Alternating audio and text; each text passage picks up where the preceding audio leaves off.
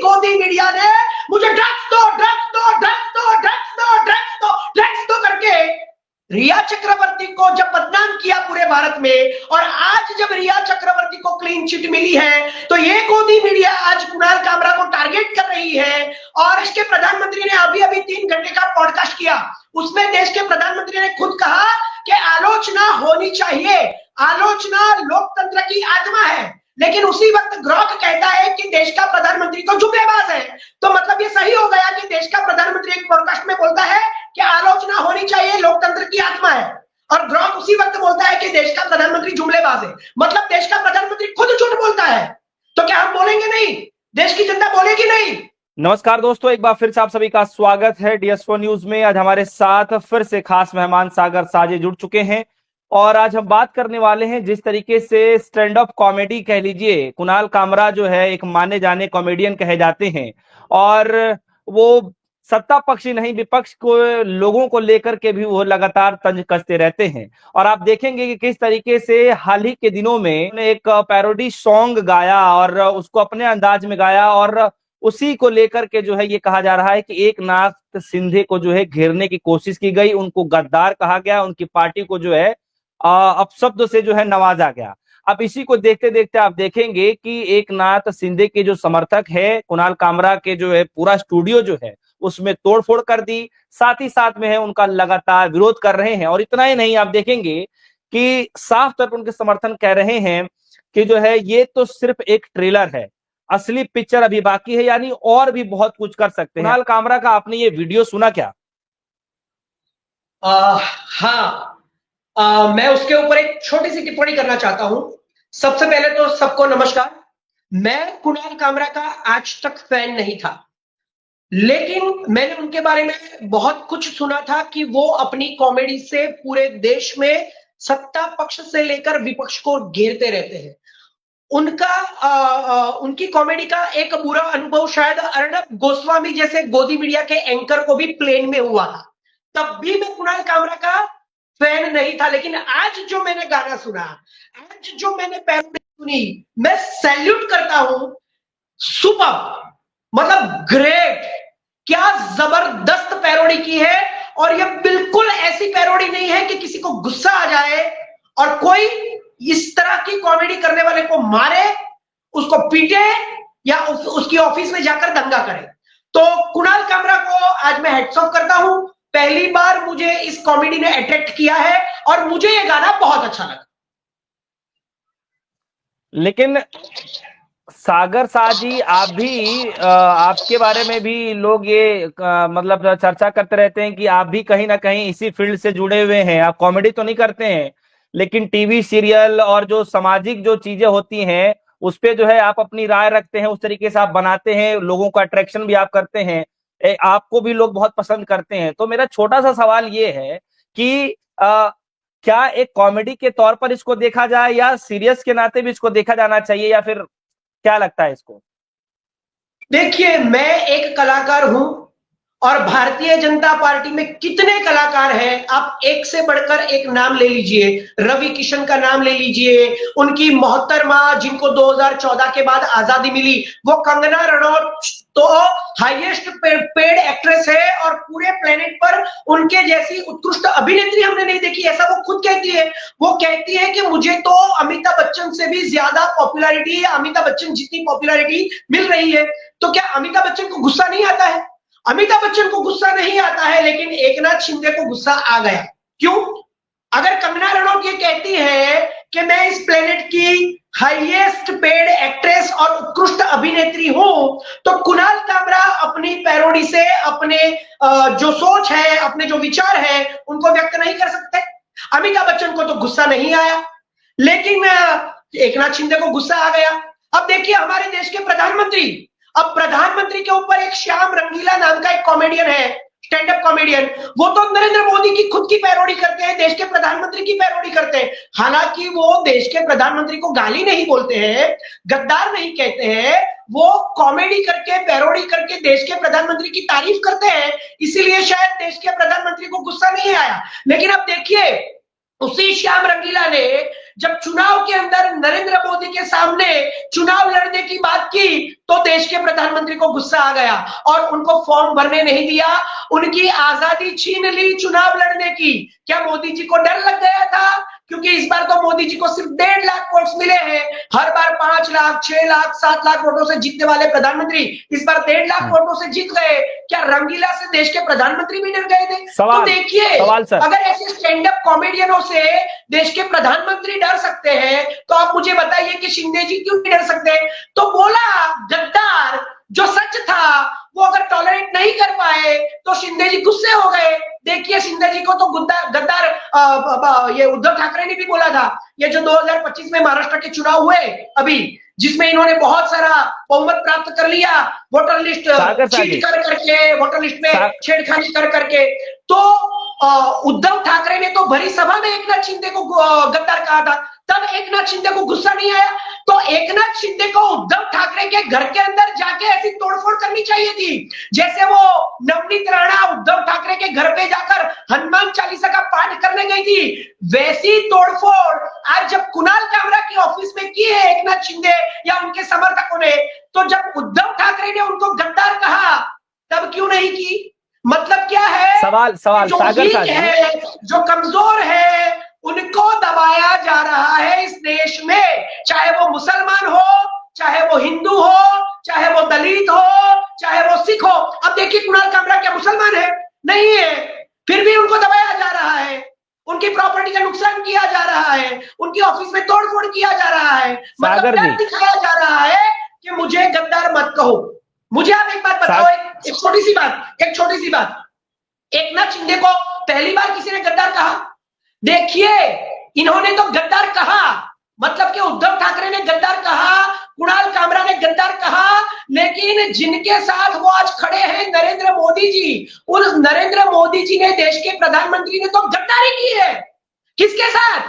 एकनाथ शिंदे के साथ। चुनाव लड़ा गया एकनाथ शिंदे के नाम पर। एकनाथ शिंदे वो मुख्यमंत्री थे, चुनाव में बहुमत मिलने के बाद एकनाथ शिंदे को लटका दिया गया, उन्हें मुख्यमंत्री से उप मुख्यमंत्री बना गया। तो जब गद्दारी देश के प्रधानमंत्री ने उनके साथ खुद गद्दारी की है, वहां पर तो नरेंद्र मोदी के साथ उनकी ऑफिस में या नरेंद्र मोदी के कार्यालय में या नरेंद्र मोदी के समर्थकों के सामने लड़ने की ताकत तो नहीं है शिंदे की।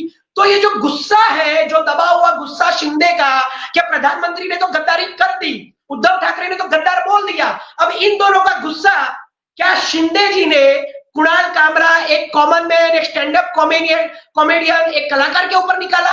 ये पता चल जाता है कि कहां का गुस्सा कहां उतर रहा है। अब देश के प्रधानमंत्री को भी गुस्सा आ गया श्याम रंगीला के ऊपर, अभी रणवीर अहलावालिया के ऊपर भी गुस्सा आ गया था मीडिया को। उसके पहले वो फारूक, वो जो बिग बॉस में जीता है, वो कॉमेडियन है स्टैंड अप, कौन वो फारूक, क्या नाम है उनका, उनके ऊपर भी गुस्सा आता है। लेकिन यही मीडिया जब रिया चक्रवर्ती के ऊपर कोई सबूत नहीं थे, फिर भी रिया चक्रवर्ती को इसी गोदी मीडिया ने मुझे ड्रग्स दो करके रिया चक्रवर्ती को जब बदनाम किया पूरे भारत में, और आज जब रिया चक्रवर्ती को क्लीन चिट मिली है तो ये गोदी मीडिया आज कुणाल कामरा को टारगेट कर रही है और बोलने की आजादी के ऊपर ये जो डिबेट कर रही है। क्या ये गोदी मीडिया, ये गद्दार गोदी मीडिया रिया चक्रवर्ती को अपनी चैनल पर बुलाकर माफी मांगेगी? तो देखिए, आज देश में क्या हो रहा है, आपका धर्म डिसाइड किया जा रहा है, आपके कपड़े डिसाइड किए जा रहे हैं, आप क्या खाना खाओगे ये डिसाइड किया जा रहा है, आप क्या बोलोगे ये डिसाइड किया जा रहा है। सागर साहब सवाल तो ले लीजिए ना, सागर साहब सवाल ले लीजिए। सवाल मेरा ये है कि इतने बड़े राज्य के सबसे चहीते उप मुख्यमंत्री, पहले मुख्यमंत्री थे, और एक उप मुख्यमंत्री को लेकर के, चाहे वो पार्टी को लेकर के जिस तरीके से वो अपमान कर रहे हैं, तो आप इसको कॉमेडी समझते हैं क्या?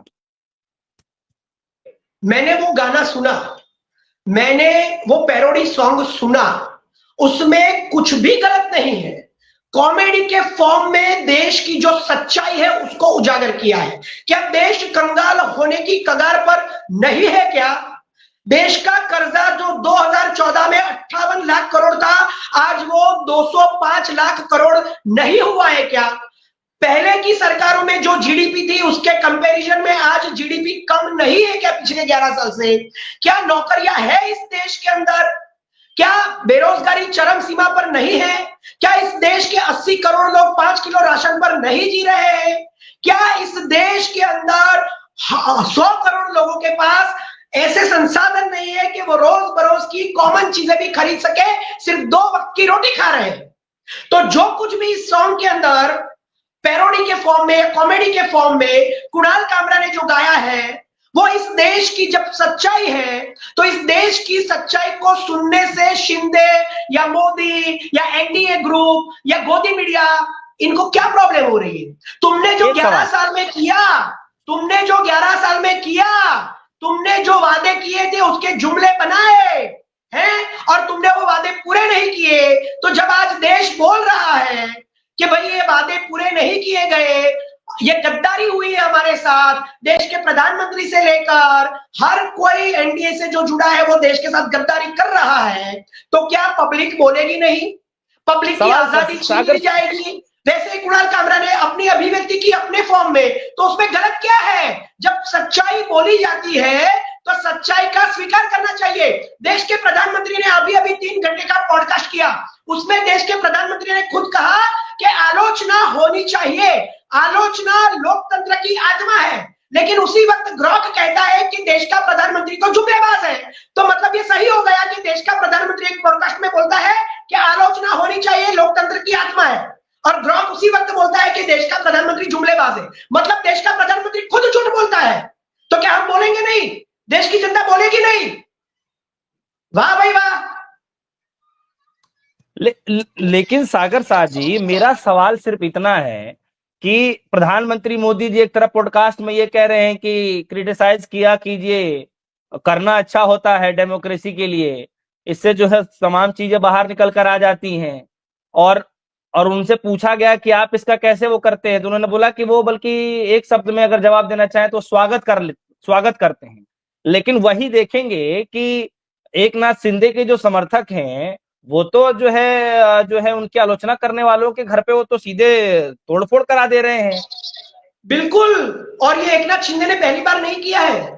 देखिए, मैंने कहा कि 2025 में महाराष्ट्र का जो चुनाव हुआ उसमें भी शिंदे जी एक बार अपने समर्थकों के साथ रोड पर से जा रहे थे और बीच में कहीं कांग्रेस का कार्यालय दिख गया, और वहां पर कांग्रेस के कुछ कार्यकर्ताओं ने उनकी गाड़ी जब जा रही थी तब उनके ऊपर कुछ कमेंट्स की थी। ऐसे ही कुछ कमेंट्स कॉमेडी में की थी, मजाक के तौर पर की थी, लेकिन शिंदे जी ने वहां जाकर भी तोड़फोड़ की थी, आपको पता है ना। तो मुझे तो लगता है कि शिंदे जी का गुस्सा कंट्रोल में नहीं रहता है, और ये गुस्सा इसीलिए कंट्रोल में नहीं रहता है क्योंकि पहले वो मुख्यमंत्री बने, मुख्यमंत्री से फिर उप मुख्यमंत्री बनाए गए, उनके नाम पर चुनाव लड़ा गया, और फिर उनको बोला गया कि तुम्हारे नाम पर चुनाव लड़ा गया है तो तुम ही मुख्यमंत्री होंगे। लेकिन गद्दारी देश के प्रधानमंत्री ने शिंदे के साथ कर दी, और उस गद्दारी का जो गुस्सा है वो अंदर दबा हुआ है, जो लावा की तरह आज बाहर आ रहा है। तो शिंदे जी ना देश के प्रधानमंत्री को कुछ बोल रहे हैं उनकी की हुई गद्दारी पर, ना उद्धव ठाकरे को बोल रहे हैं उनकी गद्दारी पर, लेकिन कुणाल कामरा को बोल दिया, कांग्रेस की ऑफिस में जाकर दंगा हल्ला कर दिया।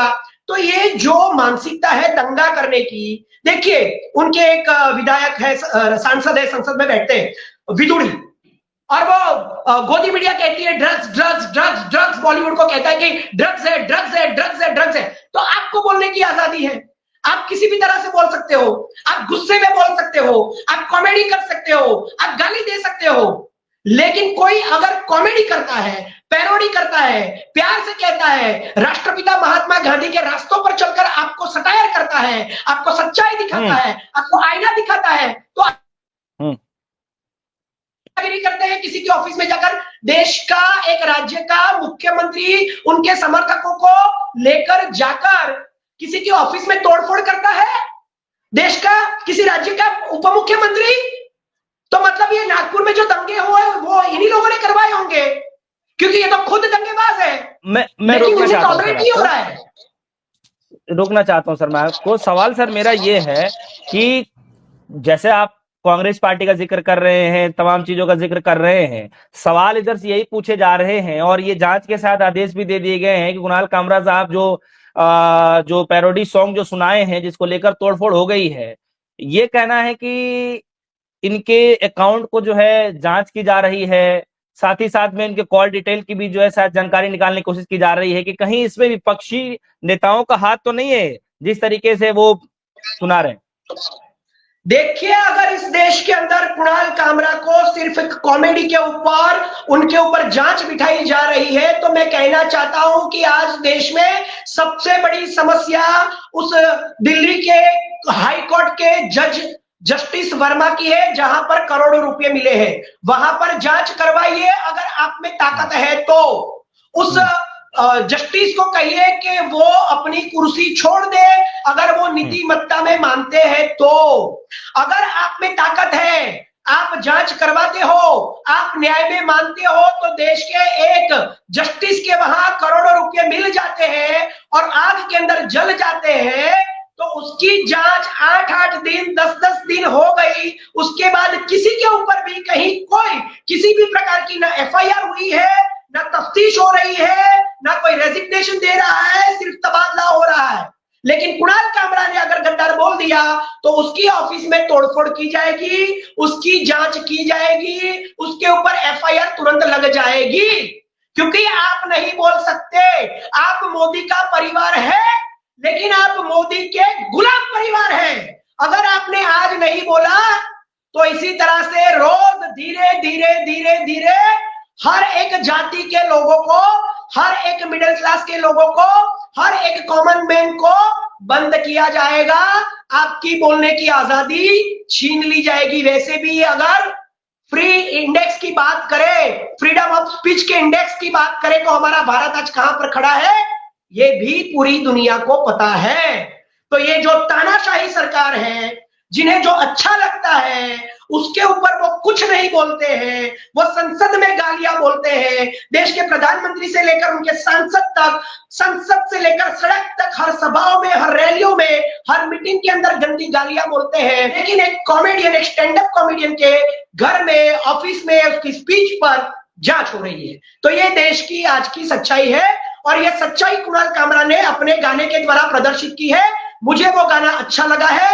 हर किसी को इस तरह से इन बातों को, देश की सच्चाई को और इस सरकार की तानाशाही को खुलकर बोलना चाहिए। कुणाल कामरा ने वही संविधान की प्रति दिखाई है जो राहुल गांधी दिखाते हैं और कहते हैं डरो मत, और तुम सरकार देश को डराओ मत। बहुत बहुत शुक्रिया सागर साजी, आपने बेशकीमती समय निकाला हमारे दर्शकों के लिए। कुणाल कामरा को लेकर लगातार खबरें चल रही हैं। फिलहाल जो है महाराष्ट्र की पुलिस ने उनसे कांटेक्ट करने की कोशिश की है, लेकिन खबरें ये चल रही हैं कि वो महाराष्ट्र में नहीं है, महाराष्ट्र से कहीं बाहर है। हालांकि कुणाल कामरा ने कहा है कि जो है वो माफी नहीं मांगेंगे, ऐसी खबरें चल रही हैं और पुलिस प्रशासन का वो पूरा सहयोग करेंगे, ऐसा उन्होंने कहा है। ऐसा जो है लगातार खबरें चल रही हैं।